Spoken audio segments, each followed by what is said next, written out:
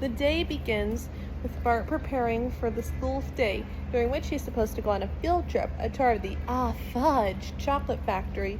But his day quickly turns sour as he steps on a sharp toy dinosaur while getting out of bed. Homer steals his cereal prize. Santa's little helper eats his homework, and he misses the school bus and walks all the way to school in the pouring rain, of which he arrives late. During recess, he rips his pants and gets a dodgeball to the fence. Finally, he realizes he left his field trip permission slip at home.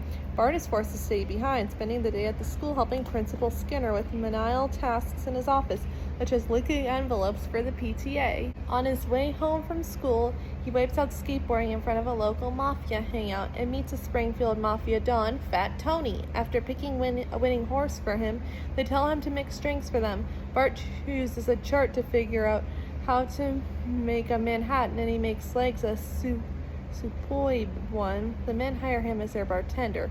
Not knowing that his new boss is a mobster, Bart begins to unwittingly help Fat Tony, accepts a gift from him, and even hides a stolen cigarette shipment in his bedroom. As he begins to flaunt his money, Marge becomes concerned and asks Homer to talk to Bart's employers and find out more about them.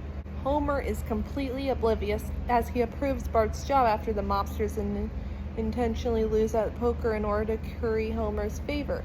Carrying over his new persona into the schoolyard, Bart gets detention for trying to bribe Principal Skinner.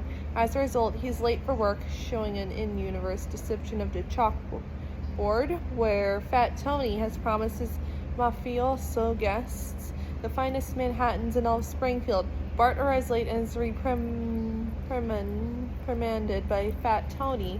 When Bart arrives that his absence was due to Principal Skinner, Fat Tony decides that he and his associates will go to meet and greet this individual.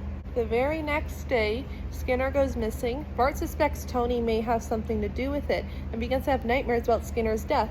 Bart runs to the mob headquarters where they deny having killed Skinner.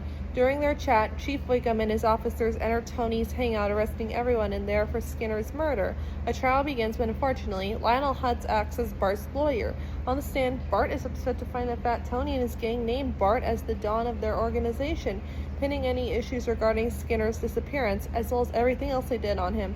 Just when it seems that Bart is going to be found guilty, Skinner bursts into the courtroom and tells everyone that he was in fact trapped under a pile of newspapers in his garage the entire time. This case is dismissed, despite Fat Tony's lawyer requesting that Skinner's testimony be stricken from the record, and Bart angrily rejects Fat Tony for using him. The case of Skinner's disappearance becomes a highly inaccurate TV movie, which Bart enjoys. When Marge reveals it was so inaccurate the producers were not required to pay royalties to The Simpsons, Homer remarks that they should go after the real crooks in Hollywood.